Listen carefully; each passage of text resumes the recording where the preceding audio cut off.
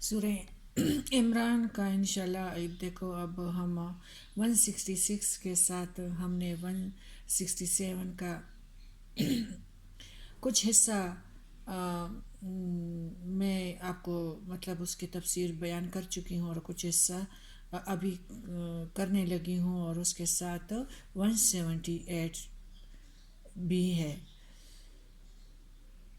قالوا لو نعلم قتالا لاتبعناكم هم للكفر يومئذ أقرب منهم للإيمان يقولون بأفواههم بأفواههم ما ليس في قلوبهم والله أعلم بما يكتمون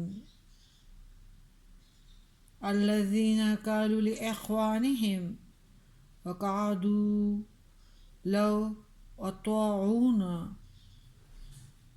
ما قتلوا قل فادرءوا عن أنفسكم الموت إن كنتم صادقين۔ ترجمہ: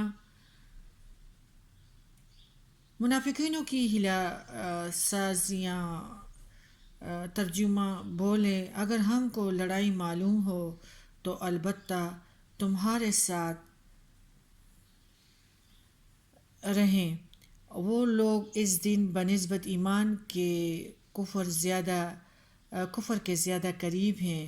اپنے منہ سے وہ کہتے ہیں جو ان کے دل میں نہیں ہے۔ اللہ خوب جانتا ہے جو کچھ چھپاتے ہیں۔ وہ لوگ ہیں جو اپنے بھائیوں کو کہتے ہیں اور آپ بیٹھے رہے ہیں، اگر وہ ہماری بات مانتے تو مارے نہ جاتے۔ تو آپ صلی اللہ علیہ وآلہ وسلم کہہ دیجئے اب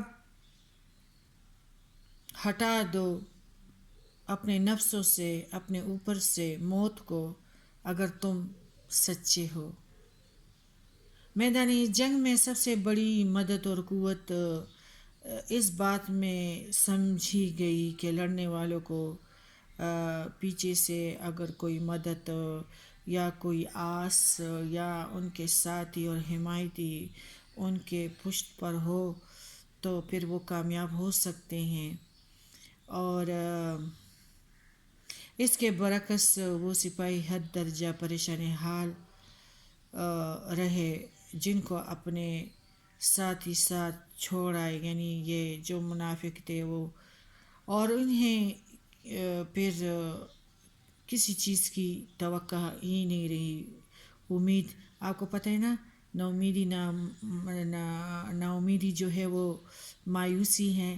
اللہ تعالیٰ پہ توکل، حسبی اللہ لا الہ الا ہو علیہ توکلت وہو رب العرش العظیم۔ تو انہیں توقع بھی اکثر نہیں رہتی کہ ہم کس طرح یعنی اٹھ سکیں گے۔ عبداللہ بن ابی نے مسلمان مجاہدوں سے یہی رویہ اختیار کیا، یعنی اس وقت جب دشمن سامنے تھا اور اسلام اور کفر کی ٹکر ہونے کو تھی اور وہ اپنے ساتھیوں کو لے کر واپس چلا آیا۔